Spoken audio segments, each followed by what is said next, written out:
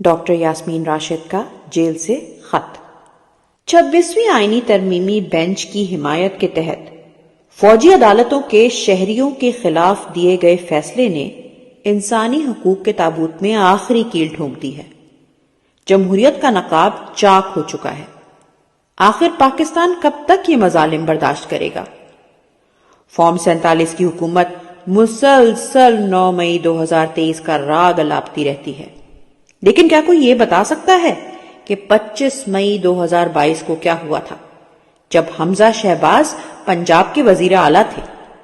میرے پاس اب بھی ویڈیو موجود ہے جس میں پنجاب پولیس کو میری گاڑی کو تباہ کرتے ہوئے دکھایا گیا ہے، جبکہ میں اسے چلا رہی تھی۔ ہمیں تب بھی دہشت گردی کے مقدمات میں نامزد کیا گیا اور انسداد دہشت گردی میں عدالت میں 1 درجن سے زائد مقدمات کا سامنا کرنا پڑا۔ 8 فروری 2024 سے انصاف کا کوئی وجود نہیں رہا۔ ہمیں 20 مہینے سے بغیر کسی سزا کے قید میں رکھا گیا ہے، کیونکہ ان کے پاس کوئی ثبوت نہیں، جو کچھ بھی ہے وہ جعلی ہے۔ ہمیں ضمانت بھی نہیں دی گئی، حالانکہ یہ ایک بنیادی انسانی حق ہے۔ انتخابی ٹریبیونل کو خصوصی طور پر مسلم لیگ نون کے امیدواروں کو فائدہ پہنچانے کے لیے تبدیل کیا گیا، خاص طور پر پنجاب میں جہاں اکثریتی نشستیں پی ٹی آئی کے امیدواروں نے جیتی تھی۔ مخصوص نشستیں بھی پی ٹی آئی کو نہیں دی گئیں، حالانکہ سپریم کورٹ کے اکثریتی فیصلے کے باوجود یہ ان کا حق تھا۔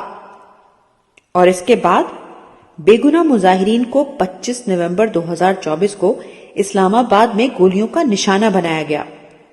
ہمارے پاس 12 ہلاکتوں کی تصدیق ہے اور سینکڑوں افراد لاپتہ ہیں۔ اب وقت آ گیا ہے کہ ہوش کے ناخن لیے جائیں، مذاکرات مکمل دیانتداری کے ساتھ کیے جائیں، پاکستانی عوام کو سانس لینے دیا جائے، ان کے حقوق کو کچلا نہ جائے، پاکستان کو جینے دیا جائے۔